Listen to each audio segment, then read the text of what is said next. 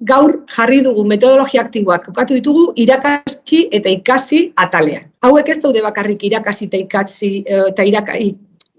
eta ikasi atalarekin lotuta. Konturatuko zarete, Kristinak beste egunean ebaluazioaren inguruan esandakoarekin lotura zuzena daukala, delako orduan ebaluazio atalarekin lotura dauka, eta beste alde ere, Asierrek kontatu zigunarekin lotura zuzena dauka.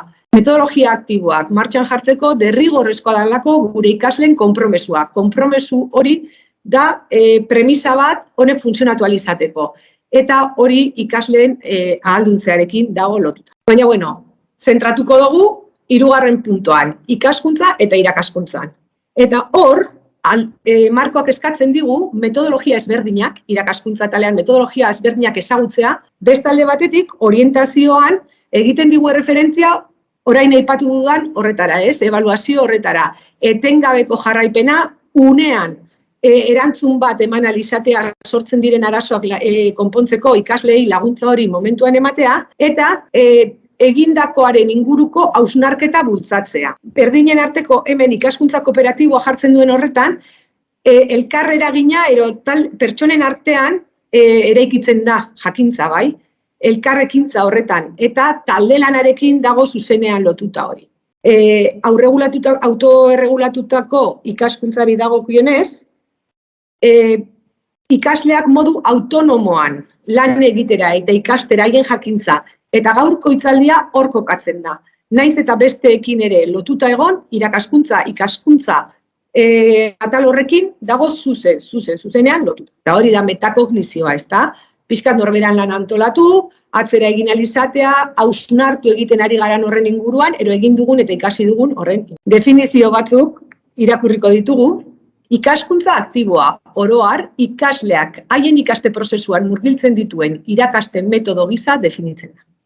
Azken batean, ikaskuntza aktiboak eskatzen die ikaslei irakaskuntza jarduera esanguratsuak egin ditzatela eta egiten ari diren horren inguruan pentsa dezatela.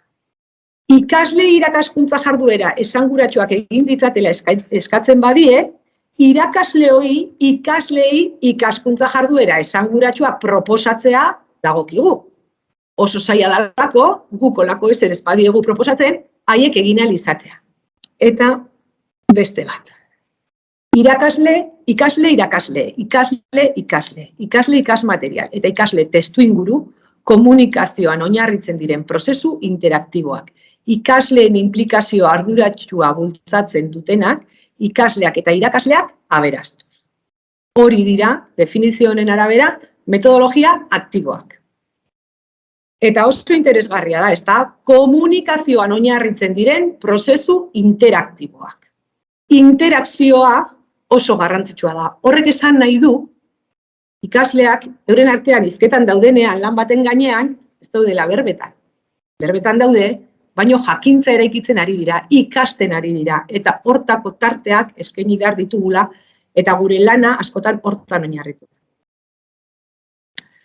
Bi definizio hauek ikusita, honek ja ematen dizkigu pista batzuk ikusteko zeintzuk diren metodologia aktiboek dituzten ezaugarrietako batzuk. Ikasleak aktibo egon behar dira.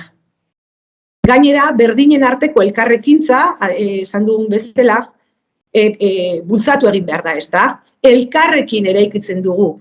Eta guztienen helburua zein da? Ikasleek autonomia, pentsamendu kritikoa, jarrera kolaboratiboak, gaitasun profesionalak eta autoebaluazioerako gaitasuna garatzea. Hori da, hor zaudeten guztiok eta hemen gauden guztiok nahi duguna. Horixe da.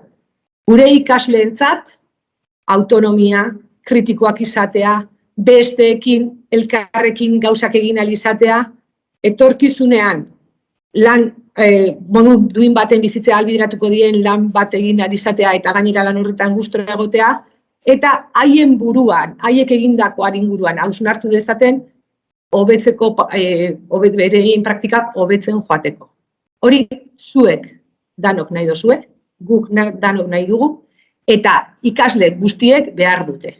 Hori beharko dutelako haien bizitzan garapen osasungarri eta on bat izateko.